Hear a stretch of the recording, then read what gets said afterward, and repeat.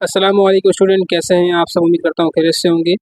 जैसा कि कल हमने 21 जून यानी कि कल के पेपर्स की जो आंसर कीज़ हैं उसको डिस्कस किया था, और जहाँ पर एक्सप्लेनेशन की नीड थी वहाँ मैंने ब्रीफली एक्सप्लेन भी किया था। आज हम चले हैं 22 जून यानी कि आज सुबह जो होने वाला पेपर है इसके आंसर कीज़ को डिस्कस करेंगे। ठीक है, तो स्टार्ट करते हैं हम इंग्लिश के पेपर से। आपके सामने रीडिंग कॉम्प्रिहेंशन दिया गया है। ठीक है, और रीडिंग कॉम्प्रिहेंशन ये जो है कॉन्स्टिट्यूशन के बारे में है। ठीक है, और पाकिस्तान की कितनी ब्रांचेज़ हैं, ठीक है, और क्या क्या जो है रोल है इसका। इसके अलावा पार्लियामेंट के अंदर जो है वो कितने हाउसेस होते हैं, ये तमाम बातें इस पर डिस्कस हुई हैं। ठीक है, अब चलते हैं फर्स्ट एमसीक्यूज़ की तरफ चलते हैं। पहला एमसीक्यूज़ दिया गया है यहाँ पर, the similar meaning of the word evaluate. अब इवेल्युएट का जो सिमिलर मीनिंग जो है पाया जाता है वो ऑप्शन नंबर ए है, एक्सिस। ठीक है, इवेल्युएट मतलब होता है कि एक्सेस करना, जज करना, ठीक है, वैल्यूज़ को या किसी चीज़ की क्वालिटी को। तो so the proper answer is option है, एक्सेस। एमसीक्यूज नंबर 2 पे आ जाएं। The similar meaning of the word interpret. Interpret मतलब होता है बयान करना, तशरीह करना। ठीक है, तो यहाँ पर सबसे बेस्ट जो आंसर है वो ऑप्शन बी है, एक्सप्लेन। अब आ जाएं ऑप्शन एमसीक्यूज नंबर 3 पर आ जाएं। The similar meaning of the word sovereign. Sovereign मतलब क्या होता है कि है वो हुक्मरानी होती है, बादशाहत होती है। ठीक है, तो इस वजह से यहाँ पर जो मोस्ट अप्रोप्रिएट जो आंसर है वो ऑप्शन नंबर ए है, यानी कि मैन। ठीक है, यानी कि सॉवरेन जो है रेफ़र कर रहा होता है सुप्रीम अथॉरिटी को, तो यहाँ पर जो है वो ये मैन जो है वो प्रॉपर रहेगा इसके आंसर्स के तौर पर। ठीक है, आगे चलते हैं, एमसीक्यू नंबर 4 पर आ जाएं। The opposite meaning of the word harmony. Harmony जो है बेसिकली हम कहते हैं एग्रीमेंट को। ठीक है, तो जो अपोजिट होगा जो है वो एग्रीमेंट का क्या होगा कि जिसमें एग्रीमेंट ना हो, जहाँ पे लैकिंग हो एग्रीमेंट की। तो यहाँ पे जो मोस्ट अप्रोप्रिएट आंसर है फोर्थ एमसीक्यूज के अंदर वो डिसयूनिटी है। डिसयूनिटी में क्या होता है, एक तरह से जो है वो एग्रीमेंट की कमी होती है, तो यहाँ पर डिसयूनिटी ये इसका अपोजिट मीनिंग होगा। ठीक है, आगे चलते हैं, एमसीक्यूज नंबर 5 पर आ जाएं। The opposite meaning of the word, ये तो हो गया। ठीक है, आगे चले, the opposite meaning of the word essential. Fifth में है कि एसेंशियल का अपोजिट मीनिंग क्या है। एसेंशियल कहते हैं जो है वो कोई चीज़ ज़रूरी होती है, नेसेसरी होती है, तो लिहाजा इसका जो डी ऑप्शन है अननेसेसरी है। ठीक है, एमसीक्यू नंबर 6 पर आ जाएं। According to the constitution. अब यहाँ से जो एमसीक्यू है बिल्कुल ऊपर जो है वो पैराग्राफ्स दिए गए हैं, बिल्कुल ईजी है। ठीक है, आप ऊपर से देख सकते हैं। According to the constitution the government in Pakistan has. तो पाकिस्तान की जो गवर्नमेंट है इसके अंदर 3 ब्रांचेस हैं, so the right answer is option A. ठीक है, 7 पे आ जाएं। The branch that makes the law. वो ब्रांच गवर्नमेंट की के जो लॉ बनाती है, कानून बनाती है, तो वो है आपके सामने जो है ऑप्शन नंबर जो ए है, लेजिस्लेटिव ब्रांच। इनका काम होता है लॉ को बनाना। ठीक है, so the right answer is option A. MCQs number 8 पर आ जाए। The branch which carries out the law. अच्छा, जो ब्रांच जो है वो लॉस को कैरी करती है। ठीक है, तो ये जो है ये काम होता है एग्जीक्यूटिव का। So the right answer is B, the executive branch. इनका काम होता है कि वो जो है वो कैरी आउट करे लॉ को। ठीक है, सामने ले आए। अच्छा, आगे चलते हैं, 9th एमसीक्यू की तरफ चलते हैं। The branch which evaluate and interpret the law. वो ब्रांच के जो तफ्तीश करती है, वजाहत करती है लॉ की। ठीक है, एनालाइज करती है, तो ये काम होता है जुडिशरी ब्रांच का। So the right answer is option number B, judiciary. आगे चलते हैं एमसीक्यू नंबर 10 पर। The legislative branch is also called. Legislative branch को हम क्या कहते हैं, हम लेजिस्लेटिव ब्रांच को जो है वो पार्लियामेंट भी कहते हैं। ठीक है, so the right answer is a, parliament. आगे चलते हैं, एमसीक्यू नंबर 11 पर आ जाएं। यहाँ से सिनोनिम्स और एंटोनिम्स हैं। ठीक है, सिनोनिम्स और एंटोनिम्स कौन कौन से यहाँ दिए गए हैं पहले देख लेते हैं। 11 पे दिया गया है the सिनोनियम of the word heap. Heap का सिनोनियम क्या है, यानी कि इसका जो हम माना जो लफ्ज़ है वो क्या है। So the right answer is pile. ठीक है, यानी कि मतलब क्या होता है इसका, collection of things. So the most appropriate इसका सिनोनियम में पाइल होगा। ठीक है, 12 पे आ जाए। The एंटोनियम्स of the word ability. Ability का एंटोनियम क्या होगा, यानी कि इसका अपोजिट क्या होगा, सिंपल इनएबिलिटी। ठीक है, आगे चलते हैं 13 पर। 13 में है the synonym of the word involve. Involve का सिनोनिम क्या होगा? इन्वॉल्व कहते हैं किसी चीज़ में जो है वो इन्वॉल्व हो जाना, शामिल हो जाना। So it's mean that the most appropriate answer is concern. ठीक है, यानी कि पार्टिसिपेट करना। कंसर्न जो है वो ये ज़्यादा लिंक कर रहा है इसमें। सो the option A is correct in 13th MCQs। आगे चलते हैं 14 पर आ जाए। The antonym of the word blessing. अब ब्लेसिंग का एंटोनिम क्या होगा? यकीनन ब्लेसिंग का एंटोनिम कर्ज ही होगा। ठीक है, कर्ज मतलब लानत मलामत करना। ठीक है, और ब्लेसिंग इसका अपोजिट है। सही। 15 पर आ जाएं। The synonym of the word animated.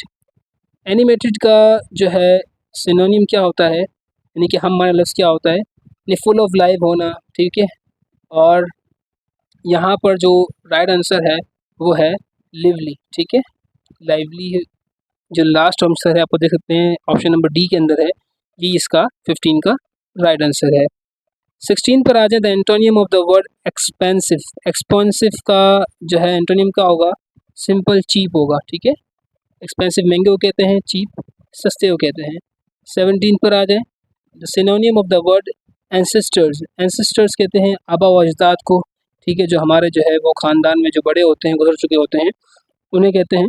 ठीक है, तो लिहाजा अब यहाँ पर जो मोस्ट अप्रोप्रिएट है वो होगा ट्राइब होगा। ठीक है,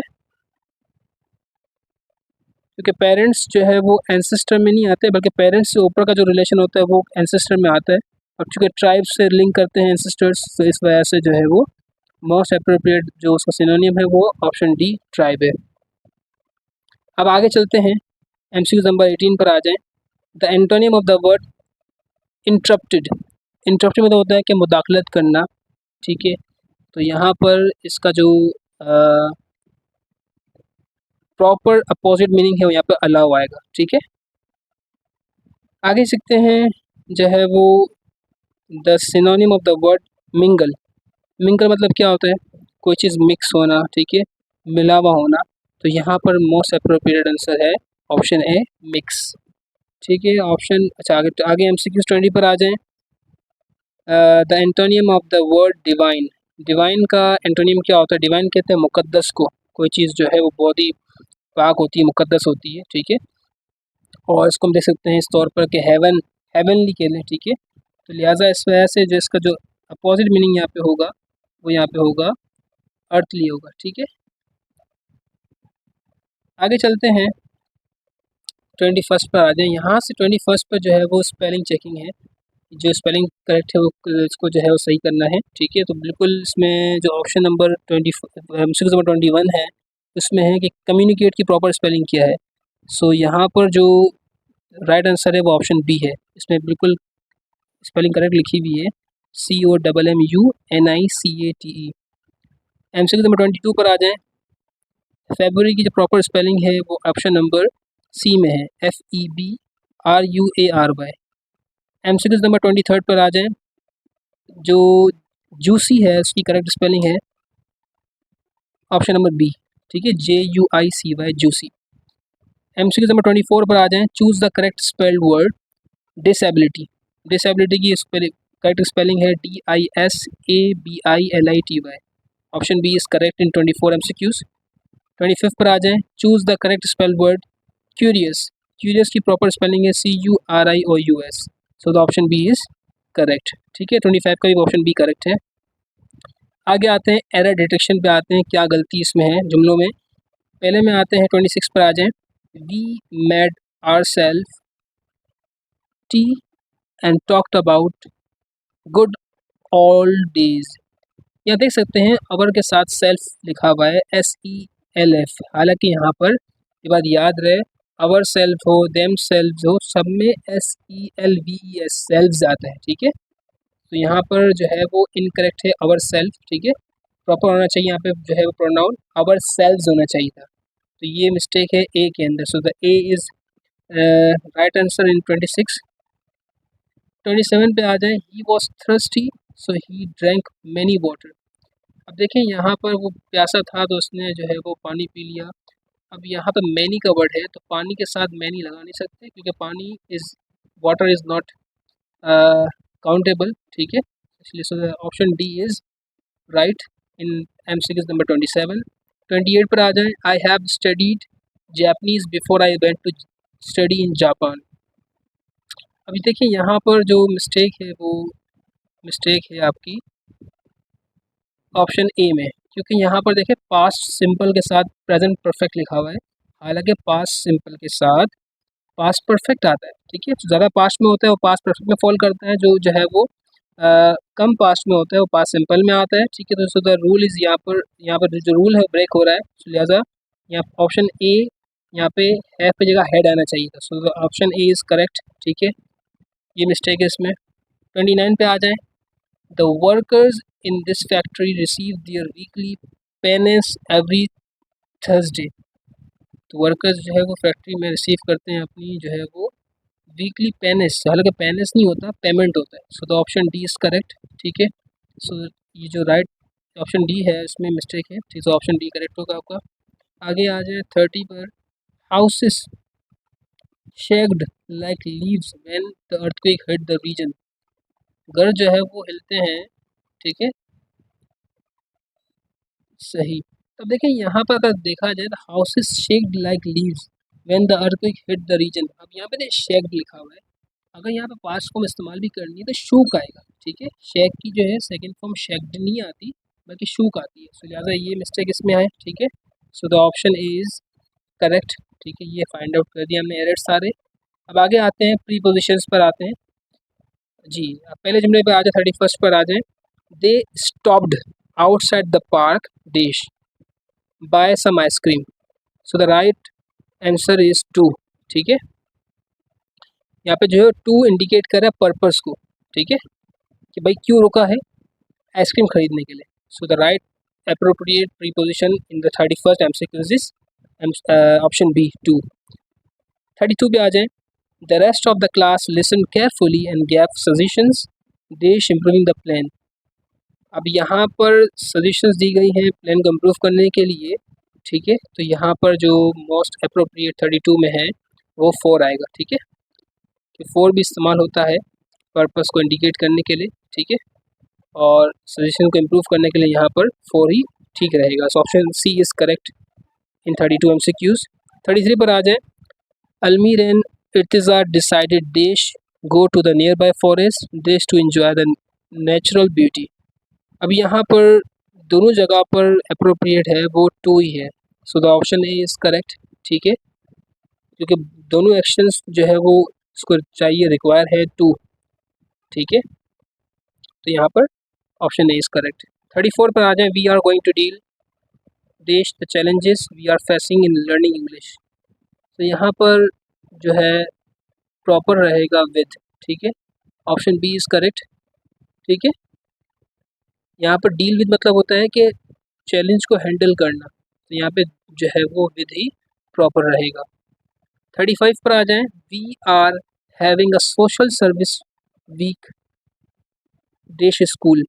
अब यहाँ पर एट स्कूल रहेगा। ठीक है, क्योंकि यहाँ पर एट को इस्तेमाल करते हैं अक्सर तौर पर लोकेशंस के लिए, यहाँ पे स्कूल की बात की जा रही है तो यहाँ पे एट ही appropriate. Option C is correct in 35। आगे चलते हैं, सेंटेंस स्ट्रक्चर पर आ जाएं, identify the correct question sentence. इसमें प्रॉपर इंट्रोगेटिव कौन सा क्वेश्चन है, हालांकि देखा जाए तो ये चारों ही रॉन्ग एक तौर पर, क्योंकि इंट्रोगेटिव की निशानी होती है कि लास्ट में क्वेश्चन मार्क का आना। बट चूँकि अब क्वेश्चन मार्क को अगर हम फिलहाल अभी थोड़ी देर के लिए साइड पर रखते हैं, so the most appropriate question is option B, is he going to market. Option B यहाँ पर करेक्ट होगा। 37 पर आते हैं, select the simple sentence from the following.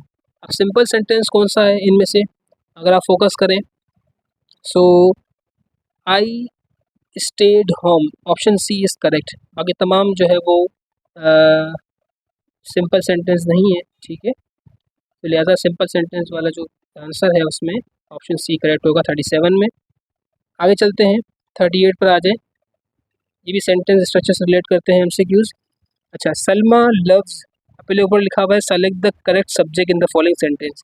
अच्छा, इसमें 38 में प्रॉपर सब्जेक्ट कौन सा है, Salma loves raw mangoes. Subject यानी कि जो काम परफॉर्मर ऑफ एक्शन कौन है इसमें, सलमा है। Salma is the right answer, option B is correct. 39 पर आ जाएं, they both like bananas oranges and grapes. अब इसमें क्या करना है, हमें कंजक्शन सेलेक्ट करना है कि क्या कंजक्शन है। कंजक्शन है कि जो जुमलों को मिलाने वाले होते हैं ना।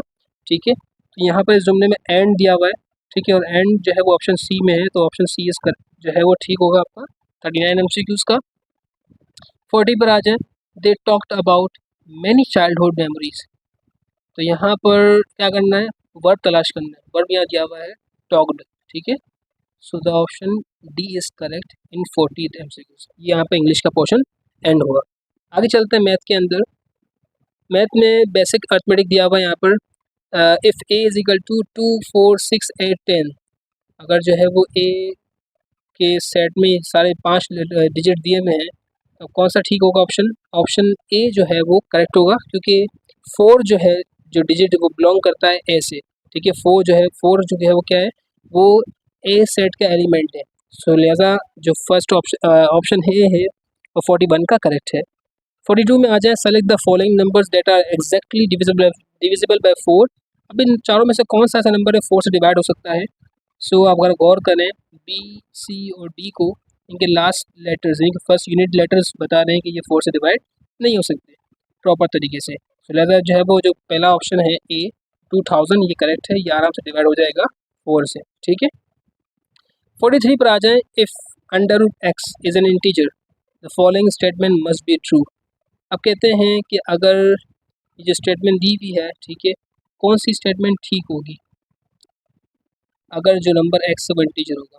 बिल्कुल ठीक बात है, यहाँ पर under root x is integer तब होगा कि जब एक्स क्या होगा, परफेक्ट स्क्वायर होगा, ठीक है।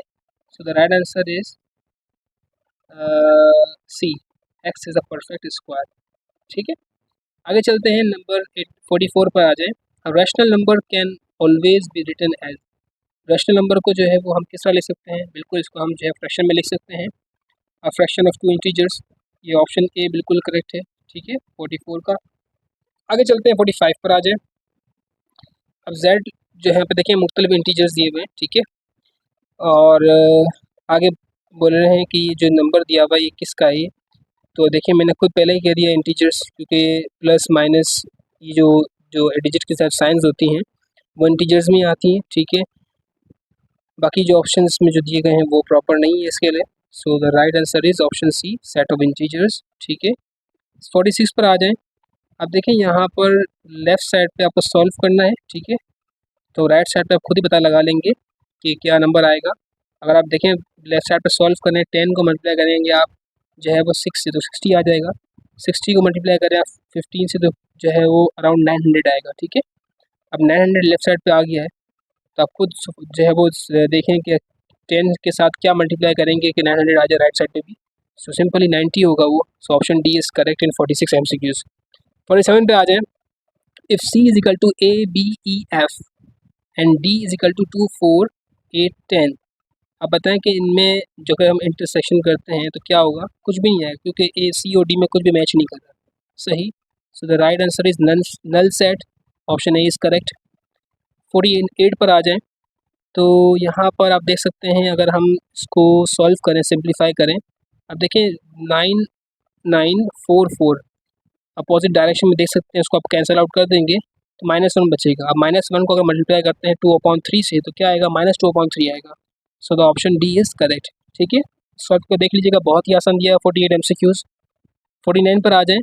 If A is smaller than B and B is smaller than C, A छोटा है बी से, बी छोटा है सी से, सिंपली ए जो है क्या होगा, छोटा होगा सी से। So the option C is correct, ठीक है। 50 पर आ जाएँ। 2 for 2 sets P and Q if OP is equal to OQ। अब यहाँ पर 50 MCQs में कह रहे हैं कि P और Q जो है वो इज इक्वल टू है, सामने रखा गया इज इक्वल टू करके, तो कहते हैं इक्वल कोऑर्डिनेटली जो है वो जब इम्प्लाई करते हैं, ठीक है, आइडेंटिकल सेट पर, ठीक है, तो क्या होगा, ये तब होगा कि जब एलिमेंट्स मैच करते होंगे।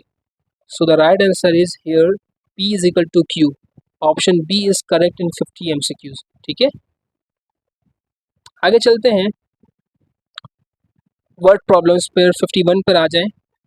The sum of the square numbers between 63 and 143। अब कहते हैं आपको स्क्वायर नंबर को प्लस करना है कि जो 63 से 143 के अंदर आते हैं। स्क्वायर नंबर क्या होता है, जब आप दो आइडेंटिकल सेम नंबर को मल्टीप्लाई करते हैं। तो हम स्टार्ट कर लेते हैं। 63 दिया हुआ है तो हम देख लेते हैं कि 7 7 49 होता है ना, 7 7 ज़ा, वो तो लेना नहीं है हमें। आगे चलते हैं, 8 8 ज़ा 64, जी बिल्कुल 63 से 63 और 143 के दरमियान आना चाहिए, ठीक है।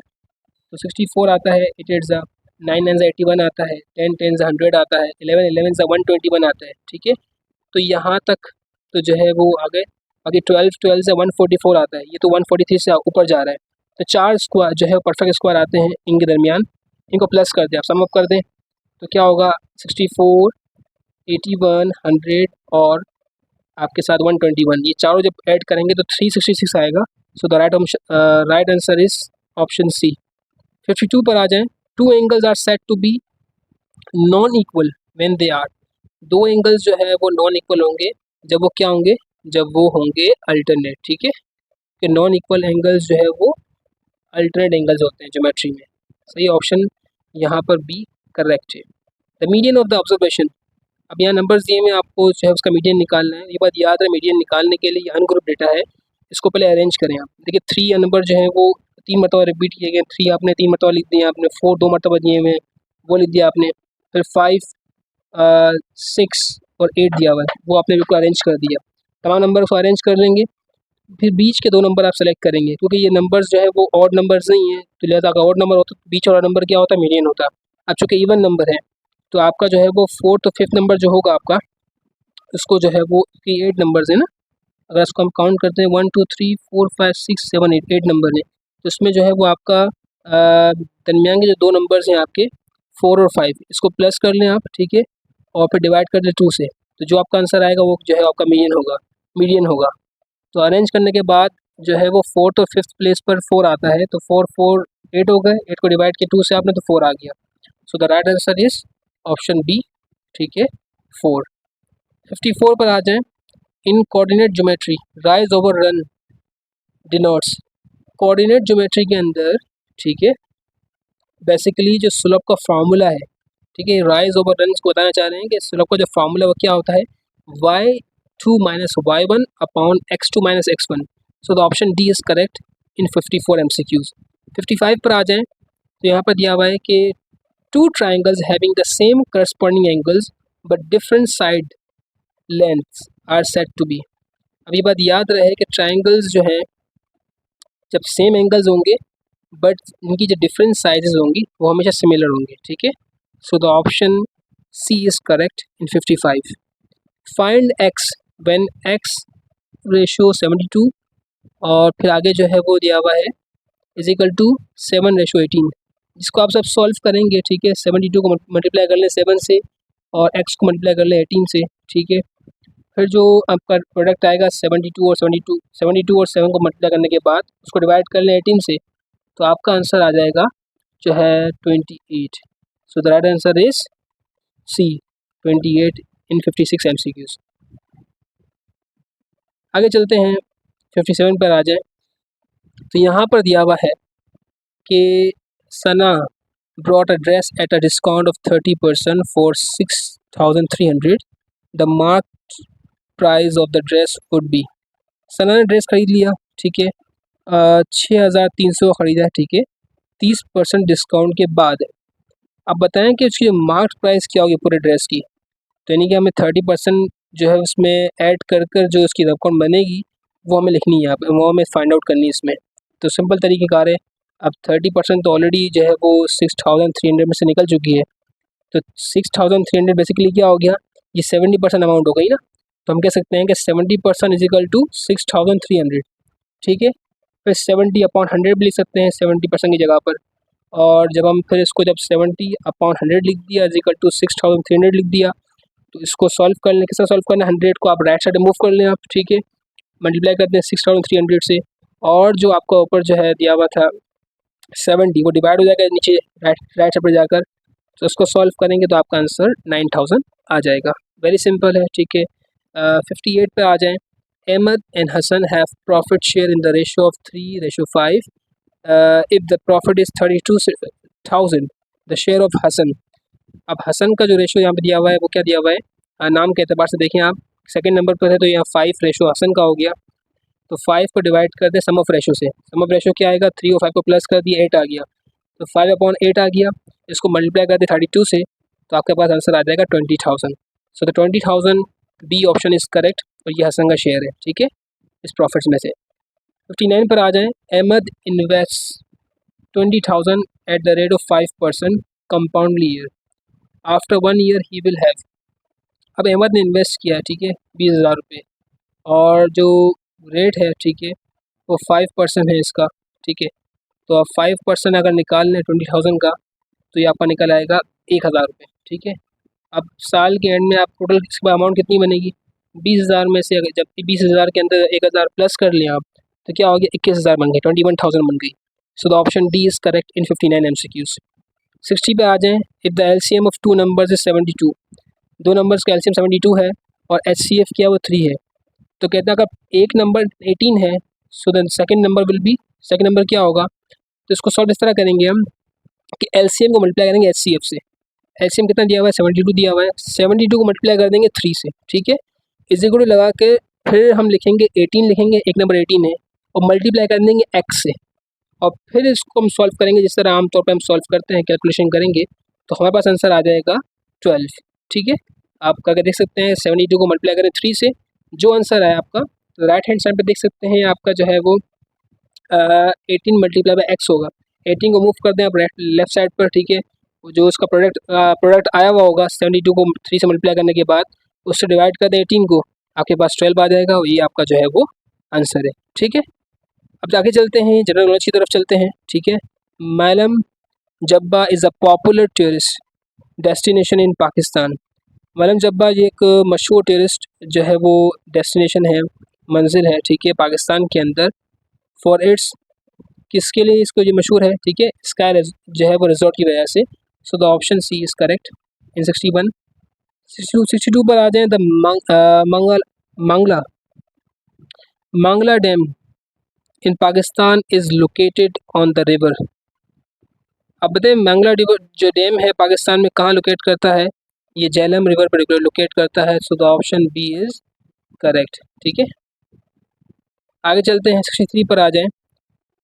The current chief minister of Sindh, current chief minister जो सिंध का है मुराद अली शाह है, ठीक है, so option A is correct. 64 पर आ जाएं। The Sindh festival is celebrated to promote, Sindh festival हम सेलिब्रेट करते हैं कल्चर और हेरिटेज को प्रमोट करने के लिए, so option C is correct. 65 पर आ जाए। The role of national assembly in Pakistan, Pakistan में नेशनल असम्बली का जो है वो रोल क्या होता है, उनका काम ये होता है कि वो कानून को बनाए, ठीक है, to make laws, primary law यही होता है, ठीक है, लेजिस्लेशन के अंदर। तो लिहाजा ऑप्शन बी जो है इसमें वो करेक्ट है 65 MCQs में। 66 पर आ जाएँ। The role of the election commission of Pakistan, तो इलेक्शन कमीशन पाकिस्तान का क्या रोल है, उनका काम ये होता है कि वो ओवरसी करें, ठीक है, कि इलेक्शन फेयर होने चाहिए, ठीक है, और फ्री होने चाहिए, इसमें कोई भी मुदाखलत नहीं होनी चाहिए। So option C is here correct to ensure free and fair elections. 67 पर आ जाएं।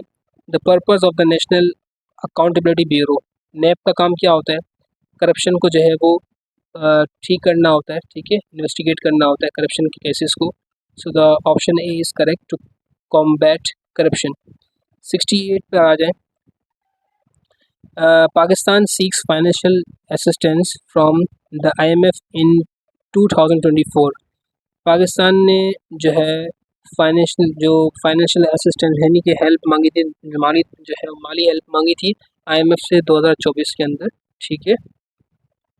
क्यों मांगी थी, ताकि जो है वो इससे बैलेंस ऑफ पेमेंट की जो क्राइसिस है उसको एड्रेस कर सके। So the option C is correct in 68 MCQs, ठीक है। 69 पर आ जाए।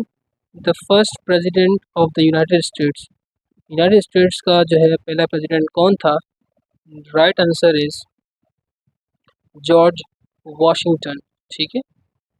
आगे चलते हैं, 70 पर आ जाएं।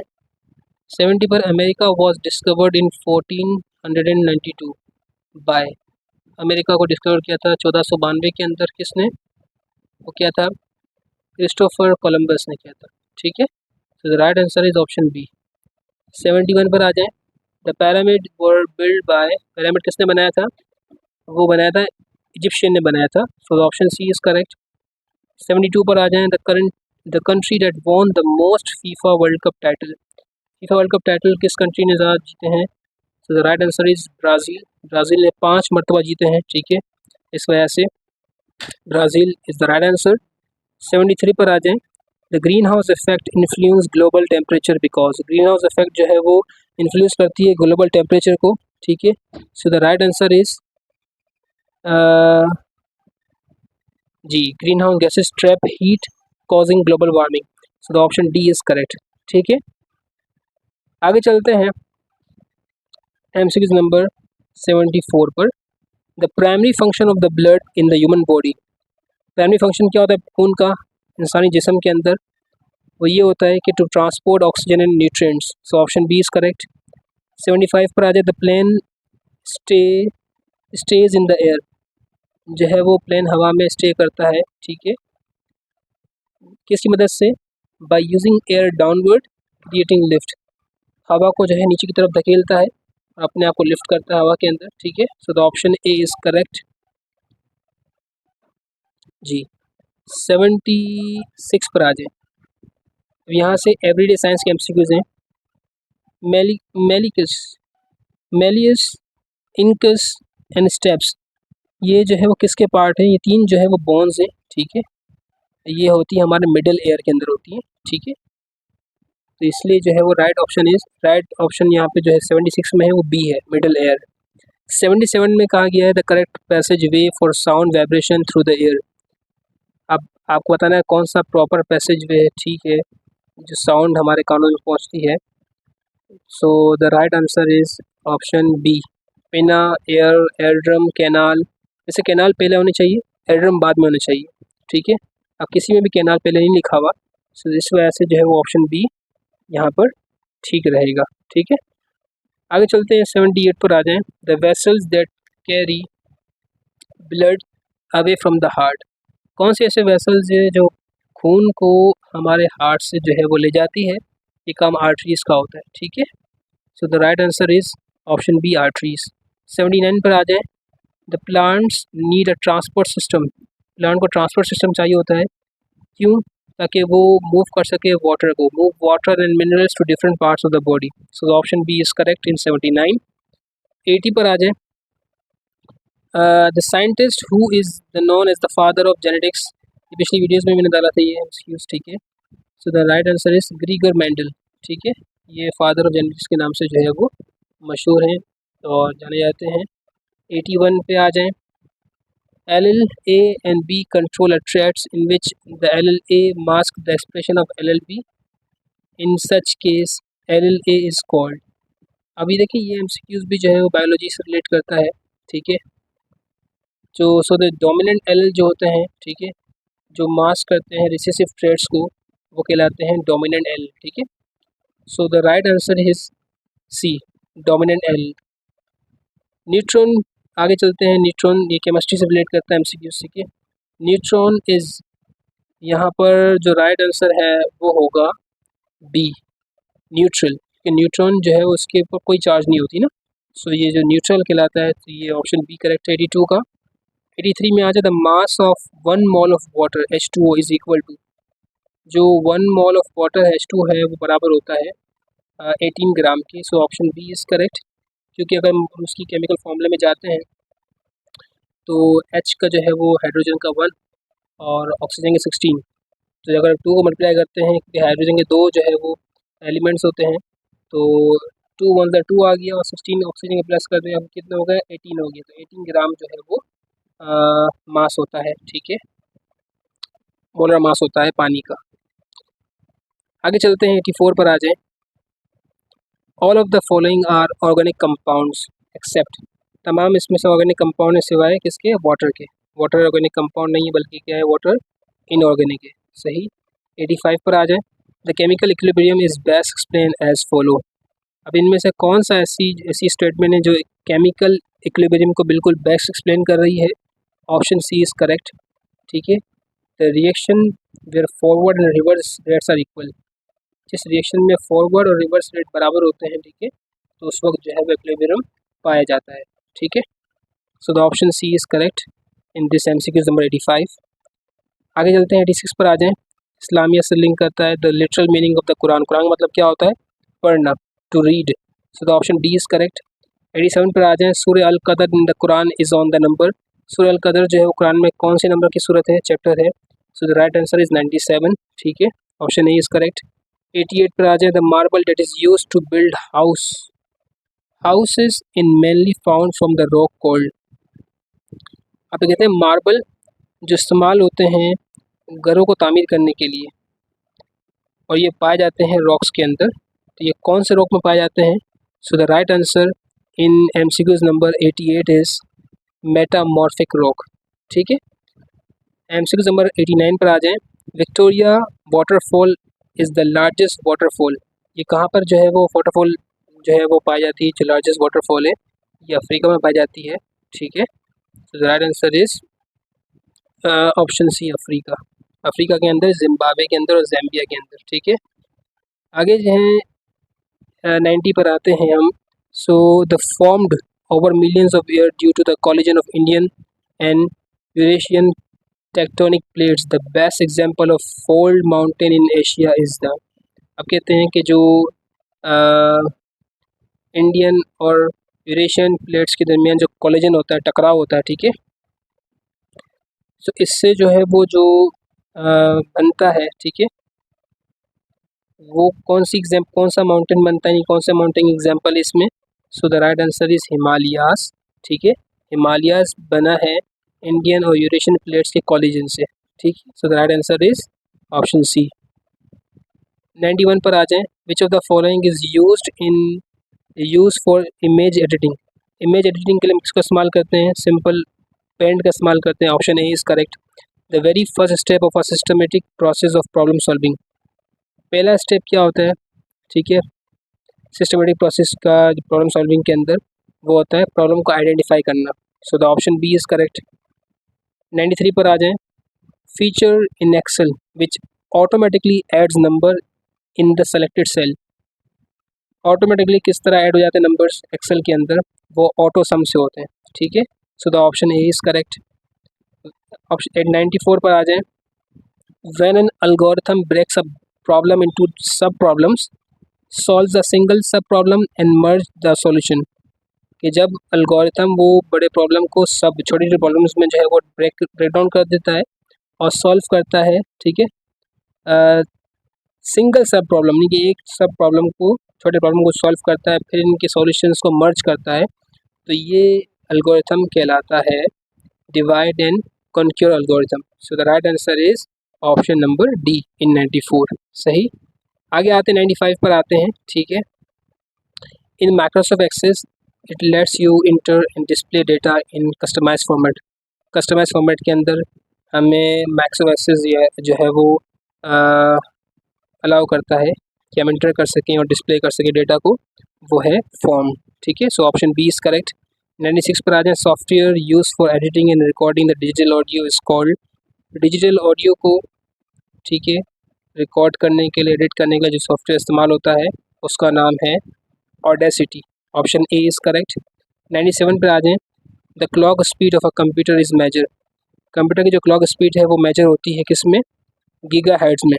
सो the option A is correct. आगे चलते हैं 98 पर। A hacker wants to gather information using the false emails and websites he और शी प्रोबेबली यूजेस। जो हैकर्स जो है वो इंफॉर्मेशन को जो गैदर करते हैं, ठीक है, गलत ईमेल्स और वेबसाइट्स का इस्तेमाल करते हुए, तो वो जो है वो इस्तेमाल करते हैं आमतौर पर फिशिंग।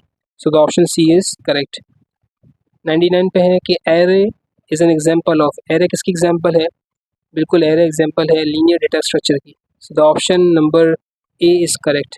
एंड द लास्ट 100 में है कि functions defined by the programmer are known as. जो फंक्शंस जो है प्रोग्रामर्स हैं वो डिफ़ाइन करते हैं, उससे हम क्या कहते हैं? यूज़र डिफाइंड कहते हैं। ठीक है, उम्मीद करता हूँ ये वीडियो आपको पसंद आएगी। ठीक है, और पसंद आई हो तो ज़रूर आप जो है वो उसे लाइक करें, शेयर करें, सब्सक्राइब करें। ठीक है, और दीगर भी वीडियोस देखते रहें ताकि आपकी नॉलेज में इजाफा होता रहे। मुझे इजाज़त दें। अल्लाह हाफ़िज़।